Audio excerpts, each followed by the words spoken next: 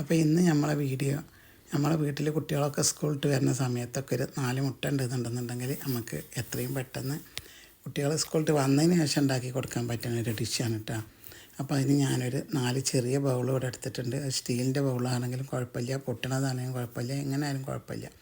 അതിൽ ഞാൻ ഇതുപോലെ ഒന്ന് ബ്രഷും ഒന്ന് എണ്ണാക്കിയിട്ട് ഇങ്ങനെ തടവി കൊടുക്കുന്നുണ്ട് ഈ രൂപത്തിൽ. പിന്നെ അതിലേക്ക് ഓരോന്നിലേക്ക് നമ്മൾ ഈ മുട്ട ഇതുപോലെ പൊട്ടിച്ചൊഴിക്കുക കേട്ടോ. മുട്ടയുടെ ഉണ്ണി പൊട്ടാതെ ശ്രദ്ധിച്ച് ഒഴിച്ച് കൊടുക്കണം ഇതുപോലെ.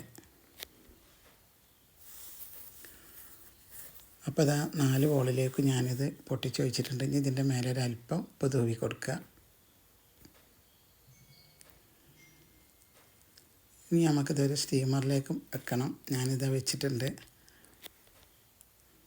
ഇതൊന്ന് അടച്ച് വെച്ച് കൊടുക്കുക. ഇതൊന്ന് ആവുന്ന സമയം കൊണ്ട് നമുക്കൊരു സവാള എടുത്തിട്ട് അതൊന്ന് ചെറിയ കഷ്ണങ്ങളാക്കി പൊടിയായി ഒന്ന് അരിഞ്ഞെടുക്കണം.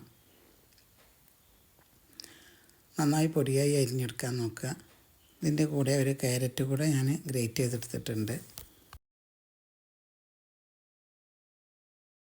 ഒരു തക്കാളി ചെറിയ കഷ്ണങ്ങളാക്കിയിട്ട് എടുത്തിട്ടുണ്ട്.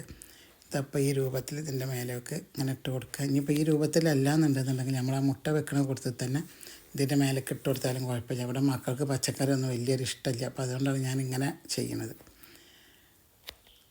അപ്പോൾ അതാ സവാളയും ക്യാരറ്റൊക്കെ നമ്മൾ ഇതിലേക്ക് ഇട്ട് ഇനി അല്പം കുരുമുളക് പൊടിയും കൂടി ഇട്ട് കൊടുക്കുക. ചില്ലി ഫ്ലേക്സൊക്കെ ഉണ്ടെന്നുണ്ടെങ്കിൽ ഇട്ട് കൊടുക്കുന്നത് നല്ലതാണ്. ഇവിടെ മക്കൾക്ക് എരിവും പറ്റില്ല. അതുകൊണ്ടാണ് ഞാൻ ഇതൊക്കെ കുറച്ചിട്ടുള്ളത് കേട്ടോ. നിങ്ങളുടെ കയ്യിൽ ചീസ് ഉണ്ടെന്നുണ്ടെങ്കിൽ അത് കുറച്ചിട്ട് കൊടുത്താലും നല്ല ടേസ്റ്റാണ്. എന്നിട്ട് ഒന്നുകൂടെ ഒന്ന് അടച്ച് വെക്കുക. പിന്നെ ഒരു അല്പം മല്ലിയില തൂവി കൊടുക്കുക. ഇനി നമുക്കൊരു കത്തിയോ എന്തെങ്കിലും ഒന്ന് എടുത്തിട്ടൊന്ന് കുത്തി നോക്കാം. അപ്പോൾ കത്തീൻ്റെ തല ക്ലിയറായി കിട്ടുന്നുണ്ടെങ്കിൽ റെഡി ആയിട്ടുണ്ട്. ഇപ്പോൾ ഇതിവിടെ റെഡി ആയിട്ടുണ്ട്. ഇനി നമുക്കൊരു അടിപൊളി ചായ ഉണ്ടാക്കണം. അപ്പോൾ അതിന് വേണ്ടി ഞാനൊരു 2.5 ടേബിൾ സ്പൂൺ പഞ്ചസാര പാത്രത്തിലേക്ക് ഇട്ടിട്ടുണ്ട്. ചെറിയ തീയിലിട്ടിട്ട് ഇതൊന്ന് കാരമലൈസ് ചെയ്തെടുക്കുക. ചെറിയ തീയിൽ വേണം കേട്ടോ. ഇതാ ഈ രൂപത്തിൽ കരിഞ്ഞു പോകരുത്, കരിയാതെ ശ്രദ്ധിക്കണം. ഇത് നല്ലൊരു ഗോൾഡൻ കളറാകുമ്പോൾ നമുക്ക് ഇതിലേക്ക് ചായക്കുള്ള വെള്ളം ഒഴിച്ച് കൊടുക്കുക.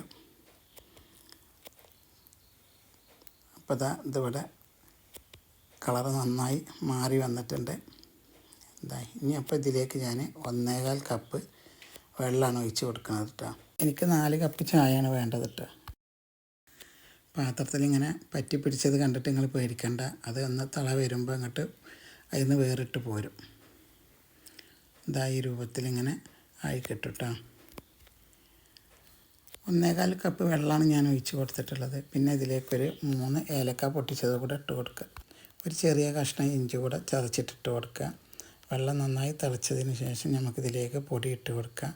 ഞാൻ 3 ടേബിൾ സ്പൂൺ പൊടിയാണ് ഇട്ട് കൊടുക്കുന്നത്. പൊടിയുടെ കണക്ക് നിങ്ങളുടെ ചായപ്പൊടിയുടെ കടുപ്പത്തിനനുസരിച്ച് ഇട്ട് നന്നായി തിളച്ചതിന് ശേഷം അതേപോലെ 1.25 കപ്പ് പാലാണ് ഒഴിച്ച് കൊടുക്കുന്നത്. വെള്ളത്തിൻ്റെ അതേ അളവ് തന്നെയാണ് പാലും ഒഴിച്ചിട്ടുള്ളത് കേട്ടോ.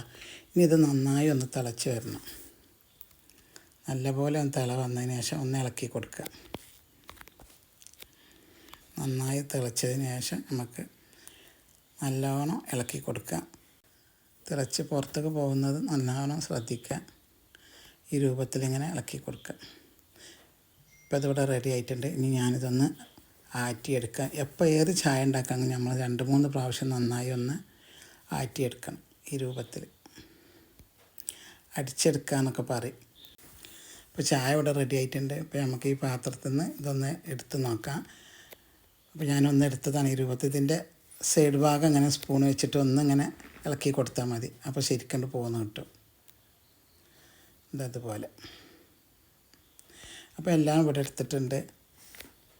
അപ്പോൾ നല്ല ടേസ്റ്റുള്ളൊരു ഡിഷാണിത്. അപ്പോൾ എല്ലാവരും ഒന്ന് ഉണ്ടാക്കി നോക്കുക. വീഡിയോ ഇഷ്ടമാവുന്ന ഷെയർ ചെയ്യാനും ലൈക്ക് ചെയ്യാനൊന്നും മറക്കരുത്. സബ്സ്ക്രൈബും കൂടെ ഒന്ന് ചെയ്യട്ടോ. അപ്പോൾ നല്ല അടിപൊളി ഒരു ഡിഷാണ്. ഒന്ന് ഉണ്ടാക്കി നോക്കുക.